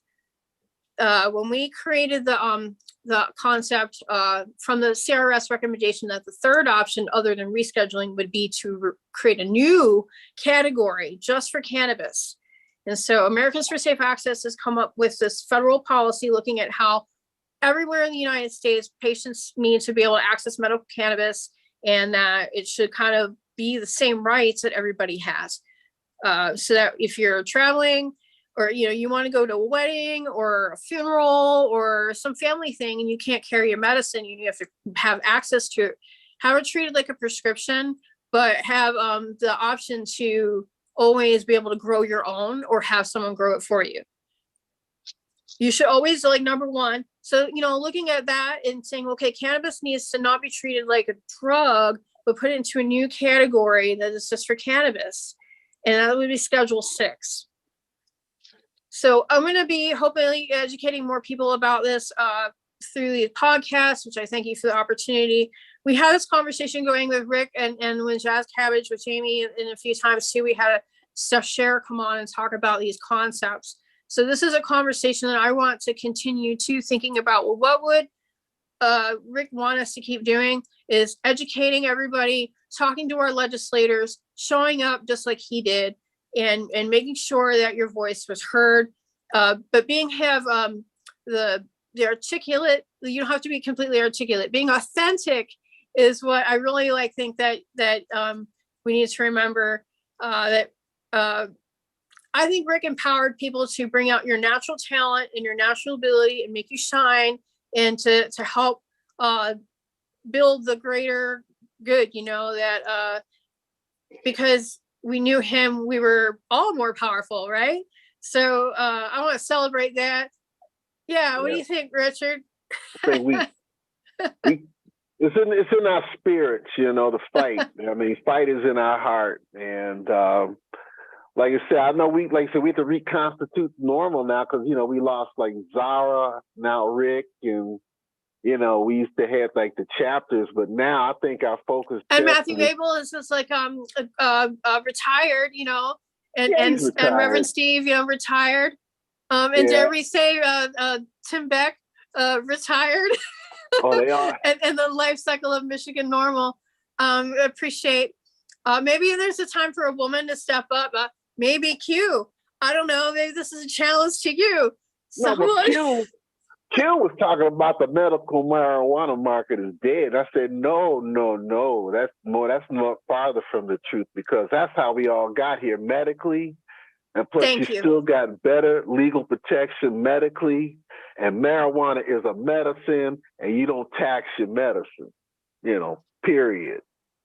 No compromise. But if it's your medicine, then we need to have that same rights where we know our jobs are protected, our housing's protected, our custody of our kid, just like it was a regular prescription. And so those are some of the options to explore under a new discussion under what is Schedule 3 or Schedule 6 or what's all that. I just want to appreciate being on this program, that you were recognizing some of our lost OGs, and how you guys keep it real and keep it going every week. Thank you for carrying the medicine. Thank you for your service. Thank you.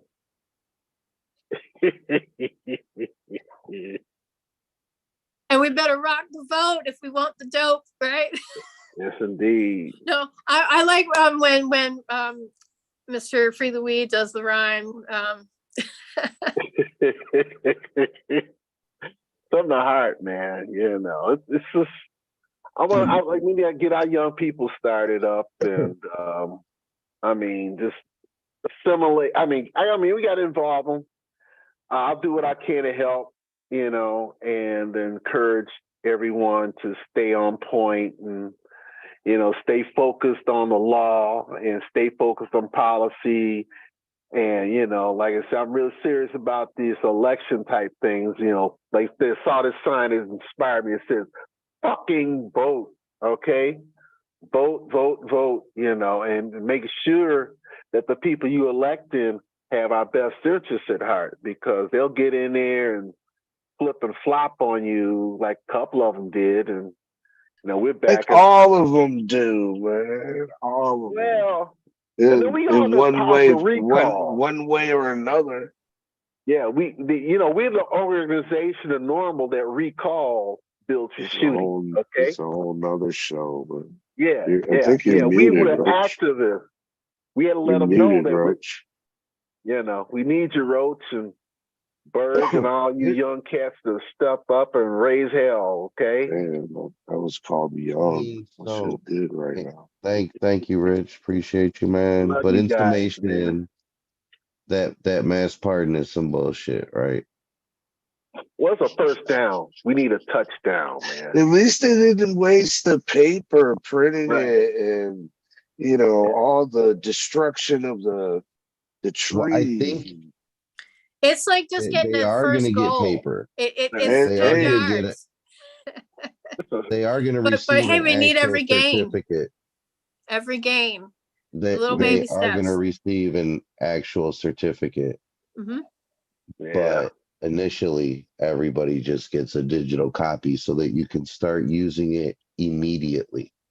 Oh, okay. Well, I'll first wait for down. the paper one to come and I'll Biden frame it. administration is not fucking around. You know what I'm saying? They're really trying to show how progressive. right before fucking the election. Election. Well, Oh, that's absolutely. reality of politics. And so we Right. know, so we have to get involved in politics to hold their feet to the fire. But when there are good people who are running, you should get involved. You should promote good people. And even if you know that person doesn't have a chance in hell of winning, I think that being involved in politics is important. I support candidates because I know that if I'm pushing them to do better and be better on the issue, even if they don't win, the whole conversation has been talked about. And so it kind of ultimately carries the political awareness across the whole spectrum forward, whether you know that candidate's never going to win or not.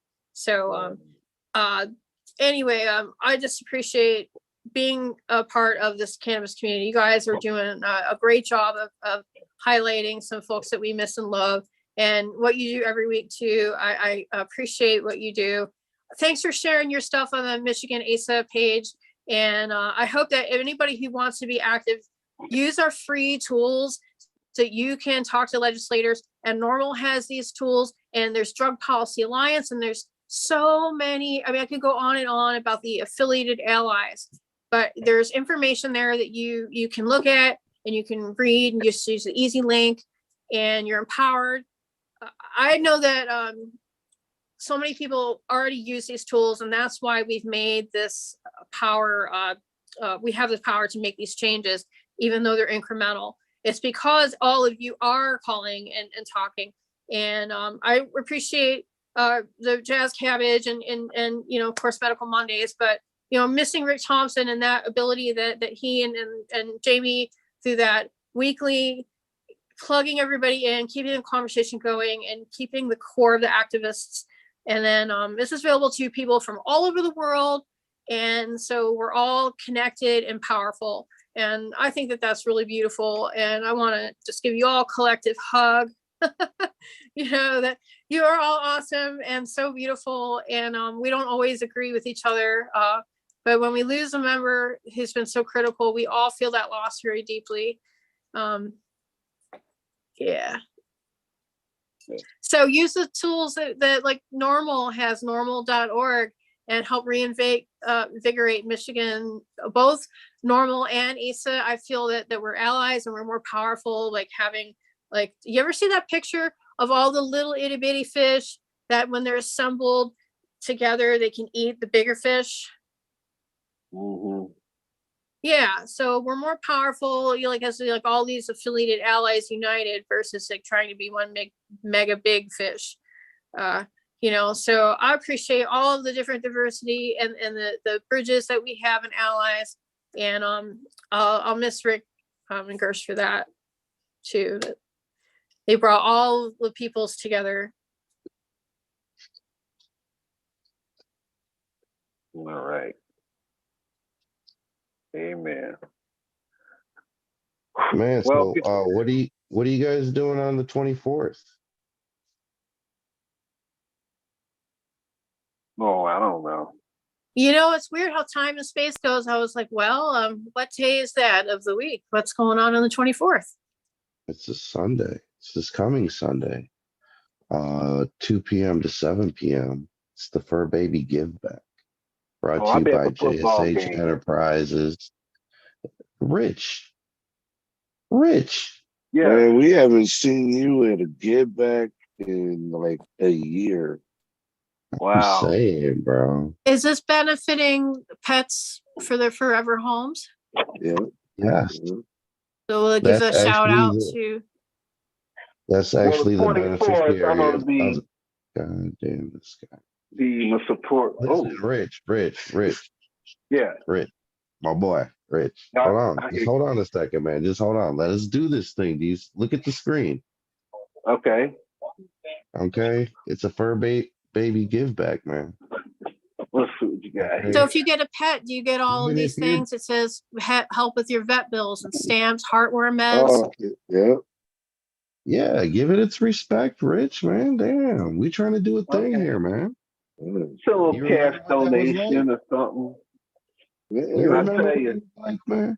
You used to do things like this. yeah. I've been out of a little bit retired, but 2 to 4 Sunday, I'll give Yeah, you a little bit of love, probably from Ford. You got a Cash App or something like that, or but I'm man. definitely knee Hey, deep. Rich, if somebody says, "Hey, Rich, I need my medical marijuana card," what do you tell them to go? I tell them to go over there on by Matt Place on Jefferson there. I tell them to go over there. Oh, that's And the what is that place called? The Cannabis. Happy Days or something like that. Yeah. I mean, there's good people over there, man. But We what do fuck you with got? You Detroit got something certification. going too? Yeah, we got Detroit Certification Center, man. That's who we tell people to go see. Okay. Well, where y'all? Yeah. All right, it's DetroitSearchCenter.com or Detroit Search Center on social media. You can Okay. text them, call them, 248-275-6707. And they will be at that event. They will not be fucking off, drinking beers, eating glizzies at the Lions game. They're going to be Nope. here at the Fur Baby Give Back. They're Okay, gonna with be all these eating great some vendors. Chi-Town hibachi style. Yup, they're going to be eating Fun Food Express. And then they're probably going to watch the same ass game on the TV screen while we're in their session, elevating the mood, having a great fucking time. But I hope Well, you have a great day too, though, Rich. yeah, I'll be thinking about you, but I've been a Lions fan since 1957, and The Lions is doing something, right? yeah, I've been watching football for a while, Well, right since they started playing football, I know, man. It's No. been a while. retired athlete So, type, like, yeah, you know what? Based on that, man, you are forgiven. You Yes. are forgiven from the Fur Baby Give Back, but you But should I was drop off a supported with a donation. spirit But you need to remind people to get their card, Rich. all the And time. wherever they can get their card, tell them to go get it. Right. Yeah. I Because we do. need to get those numbers up. And but let if motherfuckers somebody let our does the what is it, the QR code on the screen, you can go to the Detroit Certification Center and get your medical marijuana card Yep. in 10 minutes. Yep. Well, In 10 minutes. And what I like is being able to do it online. Right. Because I don't drive, my medical condition, I don't drive. And I think that's important and the thing that we can thank the people for calling their legislators in the state when we had COVID, because we got new benefits for being medical marijuana patients to be able to, we didn't have before. We could do the pickup delivery, we could do the certification online. Those things were like really handy, and have delivery is especially great. And that's a COVID thing that we got only because medical marijuana patients called and said, hey, we need this. And we became an essential business. So I just want to remind people of yeah, man, we do have power as a voting bloc, cannabis people. And if we're united as being respectful, keeping good representatives of cannabis, right, we'll be taken seriously and we get what we want, even if it's incrementally. Yeah, no, you're right, Brandy, but it goes even deeper than that, man. The part of the reason why we got to be an essential business, and we are as essential, in the eyes of these politicians, is because we all stood together, but we don't all stand together anymore. The corporations have definitely made their path. These provisioning centers and dispensaries have definitely made their path. The caregivers and patients, we're still out here in the wind. And at times that can be a struggle. So more than ever, we need to put those differences aside and do the thing that doesn't even require us to do much other than register. And that's a vote right there. That's the influence. That's the leverage. Detroit Third Center. Boom. Yeah. Detroit Certification Center. Use the QR code. Can we see it one more time? Just to, or if you got it, the Fur Baby event too. Don't forget. Yeah. Support the Fur Baby. Oh, QR code. Yeah. Get it. Screenshot.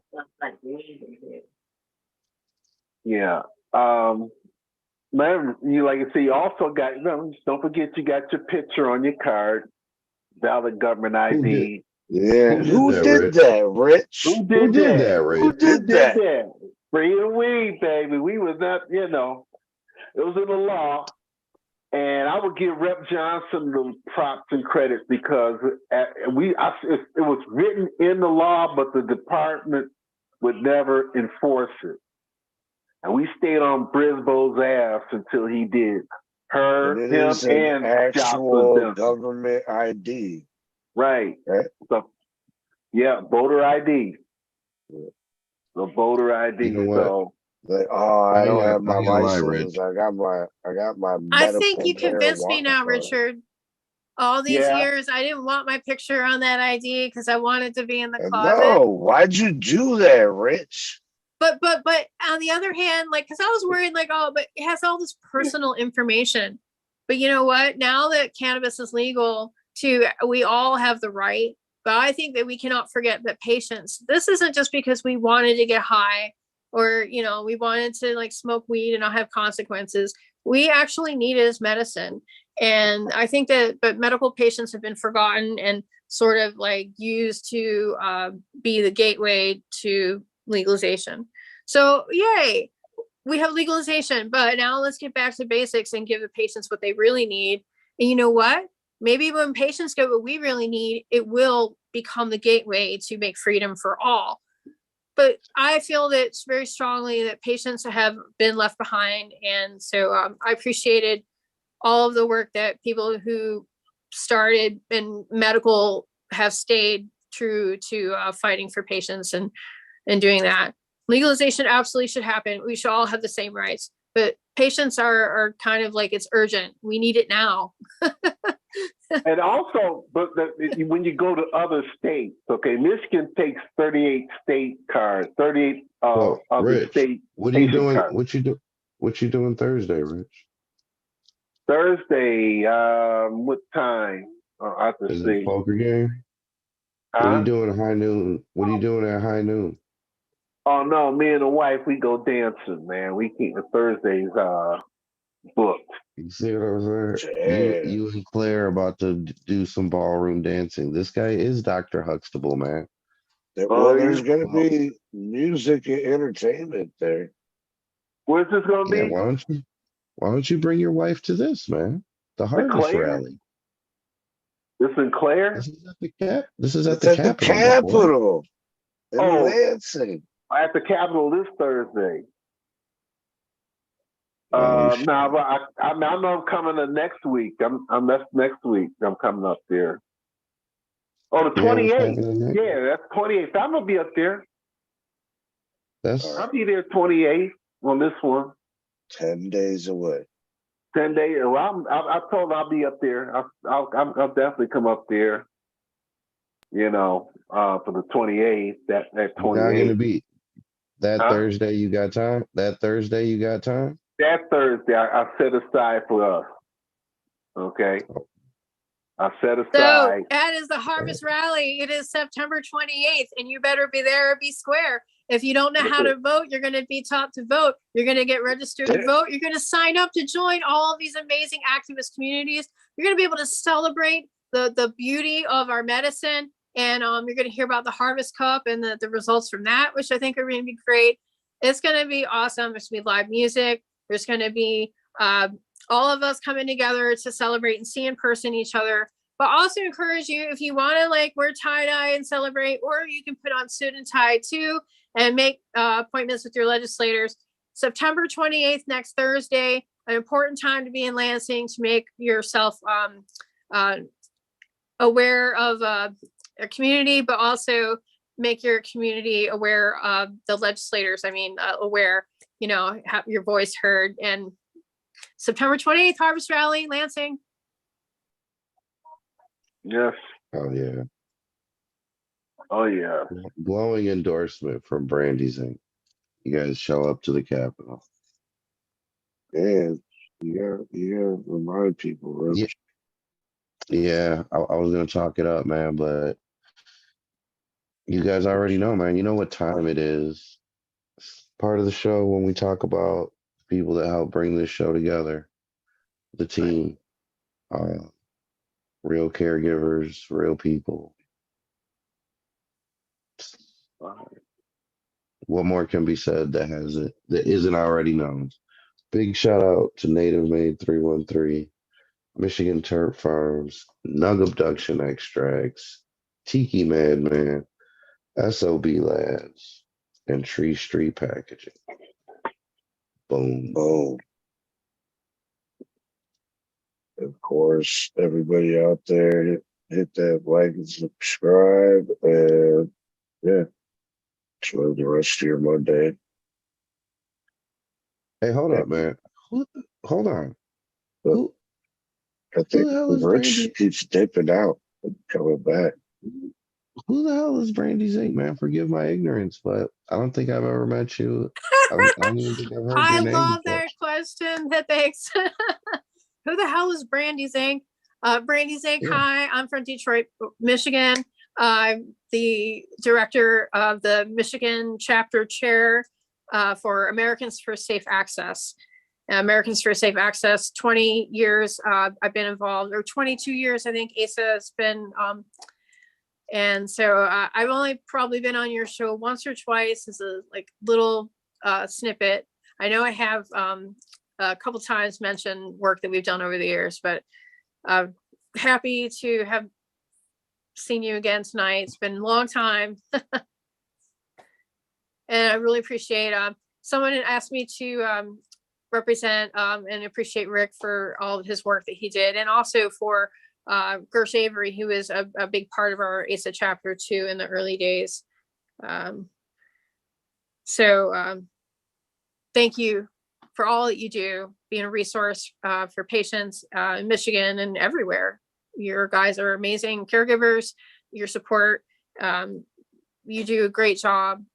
I really appreciate what you do, and for sharing your information on our page every week that you share. It's a great resource, and I appreciate you. Thank you. Yeah, man. Appreciate you, Rich. Chelsea, did Chelsea even really speak? She did for a second, but she's at work, so she had to go I back know, to man. work. It is what it is. The sentiment is the same. Appreciate you, Latrish, Rick, Ryan. Who am I missing? Sunshine. Positive vibes, Adam. Everybody, man. Positive vibes, Adam. And much love to fucking Jamie too. I don't know, man. I don't have much else to say, man. Good night, everybody. Good night. A good one. Yeah.